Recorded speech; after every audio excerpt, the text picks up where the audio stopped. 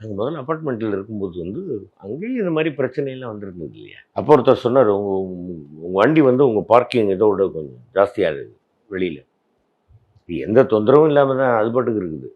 அந்த கோடு போட்டு வச்சுருக்காங்களே அதுக்குள்ளே தான் இருக்கணுமா. சரி சார், நாளைக்கு விற்றுறேன், விற்றுட்டு வேறு சின்ன கார் வாங்கி அதுக்குள்ளேயே நிறுத்திக்கிறேன் சார், முடிஞ்ச நான் வீட்டுக்குள்ளே நிறுத்திக்கிறேன் அப்படின்னு மறைச்சு பார்த்துட்டு போனால் போங்க.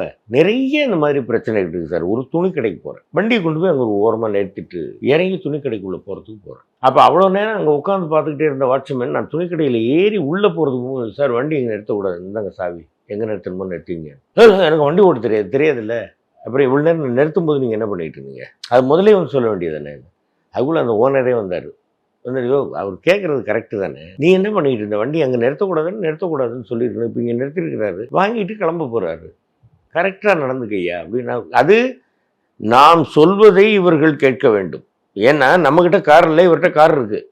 ஆனால் நம்முடைய மனசில் இந்த மாதிரி ஒரு எண்ணம் இருக்குது, நம்ம உட்காந்துக்கிட்டே இருப்போம், நம்ம சொல்கிறத அவர் கேட்கணும் அப்படின்ற அது ஒரு ஈகோ தானே, எல்லாருக்குள்ளேயும் இருக்குது சார். இப்போ நான் என் கார் நிறுத்துற இடத்துல என் பையன் பைக்கை நிறுத்திருந்தானா, தம்பி கொஞ்சம் தள்ளிக்குங்கய்யா, என் பைக்கை கொஞ்சம் அங்கே விட்டுறேன், காரை அங்கே நிறுத்திக்கிறேன், பைக்கை கொஞ்சம் தள்ளி விடுங்க, ஒய்ஃபை கூப்பிடுறது, உங்களுக்கு வண்டியை நிறுத்துறதுக்கு வேறு இடமே கிடைக்கல, இங்கே நிறுத்துற நான் என்ன தலையை தூக்கி வச்சுட்டு போகிறதா, இது தேவையில்லாத பேச்சு தானே.